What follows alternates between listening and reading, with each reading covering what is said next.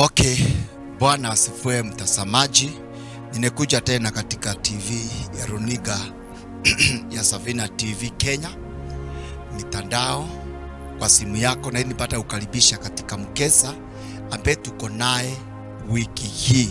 Nasema wiki hii hapo Friday. Bwana asifiwe.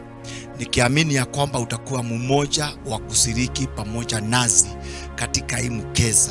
Ninasema mara nyingi ya kwamba nikasema wacha nijitoe nikukaribishe, nikiamini ya kwamba Mungu hatakubariki sana. Najua wapendwa, mnapenda kesa. Najua maybe unekuwa ukisema na apostle, niko na muda sijaenda mahali pengine kesa, niko na muda sijaenda kutafuta mahali pa kuabudu ibada, lakini nimekuwekea Friday hii na ili ukapate kuwa mmoja wa kusikania pamoja na sisi, na ili tupate kubarikiwa kwa pamoja. Hii mkesa ni mkesa wa launching ya Savina TV Kenya.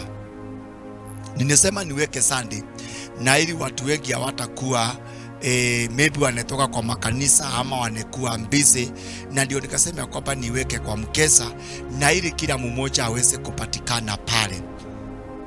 Kwenye mkesa huu tutakata lebo ambaye ni lebo ya kufungua rasmi mkesa wetu katika jina la Yesu, na nikiamini wewe utakuwa mmoja na mimi pia na mwingine na mwingine na mwingine. Karibia praise. Mkesa unaanza saa 4 asubuhi jioni mpaka saa 11 Saturday asubuhi.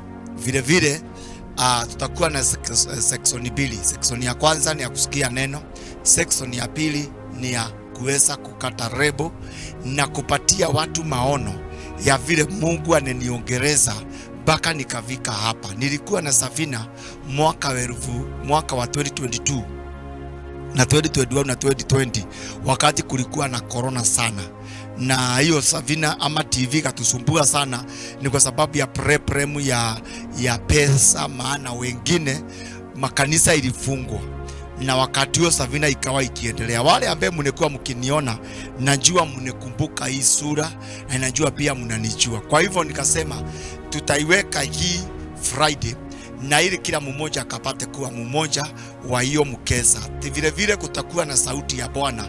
Mungu ataongea kwa watu, Mungu ataongea kwetu, Mungu ataongea juu ya kio Savina TV yenyewe. Kwa hivyo ninaukaribisha na ukaribise rafiki yako ambaye unajua anapenda kesa na anapenda Apostle Mureithi.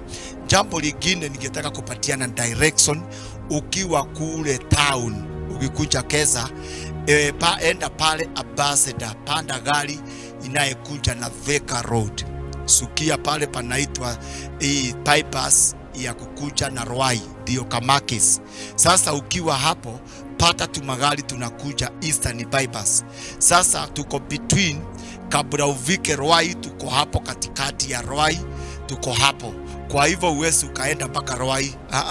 Kwa hivyo kama utakuwa na gari yako utaniambia na ili nipate kukueleza, ama utaambiwa vile utakuja nayo na vile utakuza uweze kuingia. Vile ukiwa kule kunaitwa pipeline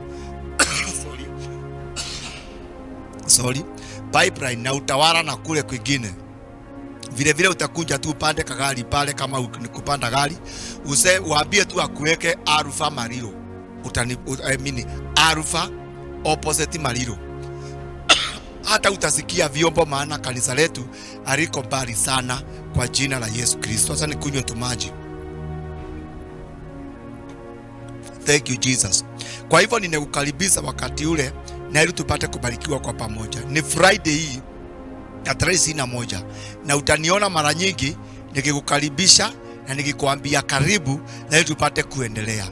Mungu siyakubariki sister na ndugu, mkivika hapa tuendelee kwa pamoja kwa jina la Yesu Kristo. Shalom.